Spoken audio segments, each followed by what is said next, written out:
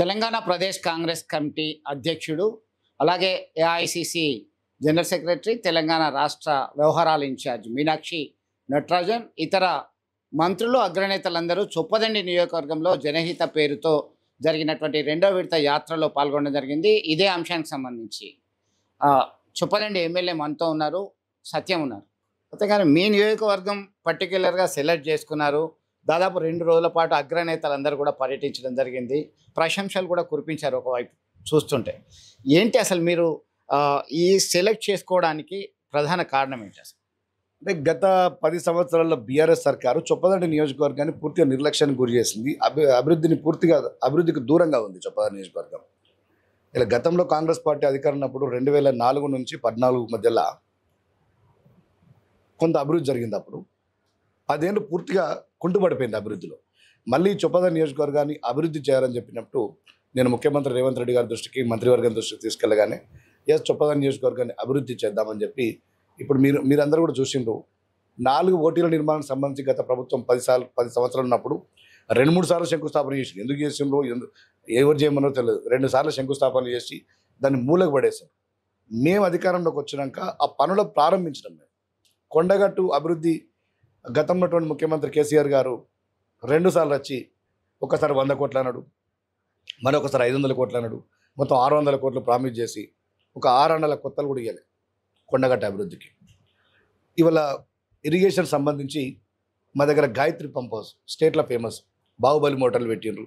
ఇక్కడి నుంచి నీళ్లను అనేక జలాశయాలు తీసుకుపోతున్నారు. కానీ పక్కన ఉన్నటువంటి కూతవేటి దూరంలో ఉన్నటువంటి అనేక గ్రామాలు ఇవాళ చొప్పదండి నియోజకవర్గంలో, ఇలా గుమ్లాపూర్ కావచ్చు, సాంబయ్యపల్లి కావచ్చు, కాట్నపల్లి కావచ్చు, దత్తోజ్పేట ఇట్లాంటి గ్రామాలన్నీ కూడా ఒక ఎడారిలాగా బీడు భూములు తలపిస్తున్నాయి. అంటే ఒక్క ఇరిగేషన్ సంబంధించి వాళ్ళ కంట్రిబ్యూషన్ అనేది చొప్పదండి నియోజకవర్గంలో జీరోగా ఉంది. ఒక్క ఎకరాన్ని కూడా, ఒక గుంట కూడా కొత్తగా ఆయకట్టియలేదు. నేను మొన్న కూడా చెప్పిన, మీ 10 ఏళ్ళల్లో చొప్పదండి నియోజకవర్గంలో ఒక్క ఎకరానికి కొత్తగా ఆయకట్టు తీసుకొచ్చిన నేను ముక్కు నేలకు రాసి మీకు క్షమాపణ చెప్తాను. ఇంతవరకు ఎవరు స్పందన లేకుండా ఏదేదో మాటలు, గాలి మాటలు, ఎవరో పైసలు పంపిస్తే, ఇలా హైదరాబాద్ నుంచి మూటలు పంపిస్తే ఇక్కడ 4 చెంచాలు ఎగురుడు, అదేందో నాకు అర్థమవుతలే. నేను ఏమడిగినా ఈ నియోజకవర్గంలో ఒక్కొక్క ఎకరానికి అన్నా, ఒక గుంట కన్నా కొత్తగా మీరు ఆయకట్టు ఇచ్చిండ్రా, అది ఇస్తే ఎక్కడిచ్చిర్రు నాకు చూపించండి అని అడిగిన. నేను చూపిస్తే నేను ముక్కు నేలకు రాస్తా అని చెప్పిన. అవేవి లేకుండా ఇష్టం ఉన్నట్టు నోరుంది కదా, ఒక వల్గర్ లాంగ్వేజ్లో, ఒక అసలు మనుషులకు పుట్టినమా లేదంటే పశువులకు పుట్టినమా ఆ లాంగ్వేజ్లో కొంతమంది మాట్లాడతారు. అది వారి విజ్ఞతగా వదిలేస్తున్నాను. నేను వాళ్ళ మీద కామెంట్ కూడా చేయదలుచుకోలేదు. ఈ నియోజకవర్గాన్ని అన్ని రంగాల్లో ఇప్పటికే 200 కోట్లతోటి ఇంటిగ్రేటెడ్ రెసిడెన్షియల్ స్కూల్స్ జీవో తీసుకొచ్చినాం. ఏటీ సంబంధించిన జీవో తీసుకొచ్చినాం. కొద్ది రోజుల్లో డిగ్రీ కాలేజ్ సంబంధించిన కూడా జీవో వస్తుంది. ఇవన్నీ కూడా పూర్తి చేస్తా. కొండగట్టును అభివృద్ధి చేస్తాం, ప్రతి ఎకరానికి నీళ్ళు అందిస్తాం. దీంతో మేము ఈ నినాదంతో చొప్పదండి నియోజకవర్గంలో మేము ముందుకు పోతున్నాం. రానున్న రోజుల్లో చొప్పదండి నియోజకవర్గాన్ని ఒక మోడల్ కాన్స్టిట్యున్సీగా ఈ రాష్ట్రంలో నిలబెట్టబోతున్నాం మేము. అంటే మీరు ఎన్నికల సమయంలో ఇచ్చిన హామీలు ఏంటి, ఇప్పటివరకు నెరవేర్చినాయి ఏంటి? ఎందుకంటే ఆల్మోస్ట్ ఆల్ ఒక 20 months అయిపోయింది. ప్రజల ఎక్స్పెక్టేషన్స్ ఎక్కువనే ఉంటాయి జనరల్గా. ఇప్పుడు మేము ఓటీల నిర్మాణం పనులు సాగుతూ ఉన్నాయి. ఇలా ఇంటిగ్రేటెడ్ రెసిడెన్స్ 200 కోట్లది ఇక్కడ కూడా శాంక్షన్ చేసినాం. ఏటీసీ శాంక్షన్ చేసినాం. రామడుగుల, రుక్మాపూర్లో ఇంటిగ్రేటెడ్, గంగాధరకు డిగ్రీ కాలేజ్, కొండగట్టు అభివృద్ధి గురించి కూడా నిధులు అడిగినాం. ఇప్పటికే చాలా రోడ్లు అధ్వానం ఉండే. గత 10 సంవత్సరాల అసలు రోడ్ల మీద తిరిగే పరిస్థితి లేకుండే. ఇలా మీరు ఎప్పుడైనా వెళ్ళినప్పుడు చూడండి, రామడుగు నుంచి చొప్పదండి రోడ్డు ఎంత అధ్వానంగా ఉండే, మల్యాల నుంచి కాసారం రోడ్డు ఎట్లుంటుండే. ఇట్లాంటి రోడ్లు అన్నీ చూసినట్టు రోడ్లు కూడా దాదాపు 80% రోడ్లు మేము కంప్లీట్ చేసినాం. ఇలా వాళ్ళ సెంట్రల్ లైటింగ్ పనులను చొప్పదండి మున్సిపాలిటీలో పెట్టిండ్రు, అది గాలికే వదిలేసిండ్రు. మేము వచ్చినాక నేను ప్రత్యేకంగా వారికి నిధులు కేటాయించి, నిధులు మంజూరు చేయించి మళ్ళీ ఇప్పుడు మా పనులు మేము స్టార్ట్ చేయించినాం.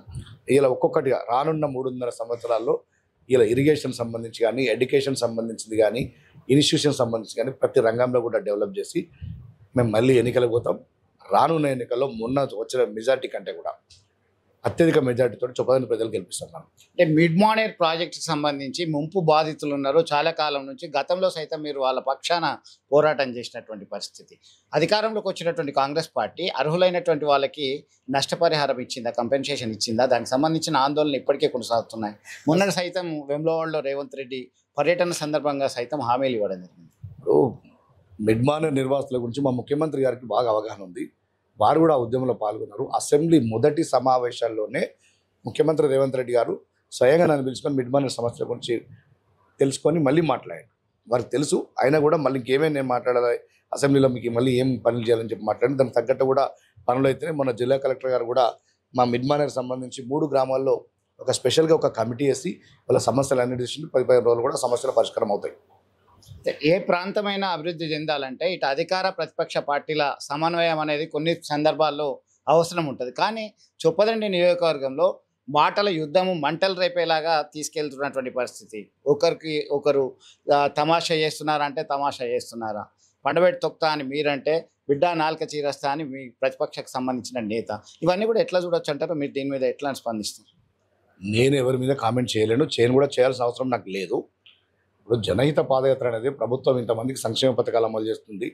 ఇలా జాతీయ స్థాయి నాయకులు, రాష్ట్ర స్థాయి నాయకులు మన నియోజకవర్గం నుంచి మన నియోజకవర్గ అభివృద్ధికి సహకరిస్తా అంటే చెప్పి అభివృద్ధి చేస్తే మాకెక్కడ పేరు వస్తుందని చెప్పి కొంతమంది కుట్రలు చేస్తూ ఇలా హైదరాబాద్ నుంచి పెద్ద పెద్ద నాయకులు అనుకునే వాళ్ళు బీఆర్ఎస్ నాయకులు ఇక్కడ ఒక 4-5 చిల్లర నాయకులకు డబ్బులు పంపించి ఇలా పాదయాత్రను డిస్టర్బ్ చేసే క్రమంలో నేను మాట్లాడాల్సింది తప్ప నేను వ్యక్తిగతంగా ఎవరిని దూషించేది లేదు, దూషించను కూడా. నేను చాలా సౌమ్యంగా ఉంటా. ఎవరికైనా ఉస్మాన్ యూనివర్సిటీలో ఉద్యమం చేసినోని, పిహెచ్డి చదువుకున్నాను. వీళ్ళందరికీ నేను చాలా అంటే అందరు కూడా యాక్సెసిబుల్ ఉంటాయి. ఎవరిని కూడా నేను వ్యక్తిగతంగా టార్గెట్ చేయడం కానీ వ్యక్తిగతంగా వాళ్ళను దూషించడం కానీ అట్లాంటి నేను చేయను. జనహితకి ఓవరాల్గా రెస్పాన్స్ ఎట్లా వచ్చిందంటారు? జనహిత పాదయాత్ర రాష్ట్రంలోనే ఒక సంచలనం ప్రభుత్వం ఏర్పడ్డాక ఈ ఉమ్మడి కరీంనగర్ జిల్లాలో కానీ రాష్ట్రంలో కానీ ఎక్కడా జరగని విధంగా చొప్పదండి నియోజకవర్గంలో ఒక జన ప్రవాహం నడిచింది. తండోపతండాలుగా వేలాది మందిగా చొప్పదండి నియోజకవర్గ ప్రజలు మేము చేస్తున్న అభివృద్ధిని చూసి మా పథకాలకు అండగా కాంగ్రెస్ పార్టీ ముఖ్యమంత్రి రేవంత్ రెడ్డి గారికి అండగా ఈ ప్రభుత్వానికి అండగా మేమందరం మద్దతు ఉంటామని చెప్పి వేలాది మంది తండోపతండాలుగా తరలివచ్చారు. వాళ్ళందరూ కూడా మేము మనస్ఫూర్తి శిరస్సు వంచి పాదాభివందనం చేస్తాం. మొత్తం మీద జనహిత యాత్రకి మంచి స్పందన వచ్చింది. వ్యక్తిగతంగా ఎవరిని ఉద్దేశించి కామెంట్ చేయలేదు. రాబోయే 3.5 సంవత్సరాలలో మిగతా అభివృద్ధి సంక్షేమ పనులు చేయడానికి సిద్ధంగా ఉన్నాను. ప్రజల యొక్క మద్దతు తనకు ఖచ్చితంగా ఉంది. రాబోయే కాలంలో వారి మద్దతుతో మళ్ళీ గెలవడానికి సైతం సిద్ధంగా ఉన్నటువంటి పరిస్థితి అని ధీమా వ్యక్తం చేస్తున్నారు. విడుదల సుమంత్తో కలిసి చంద్రశేఖర్, RTV, కరీంనగర్. తెలుగులో న్యూస్ కి ఫాస్టెస్ట్ యాప్ ఇప్పుడు టోటల్లీ న్యూ అవతార్లో జస్ట్ 5 seconds లో కంప్లీట్ న్యూస్. సోషల్ మీడియాలో ట్రెండ్స్ కి one stop solution. Live TV app voice search option తో ఇప్పుడే డౌన్లోడ్ చేయండి లేదా అప్డేట్ అయిపోండి. యాప్ లింక్ డిస్క్రిప్షన్ లో ఉంది.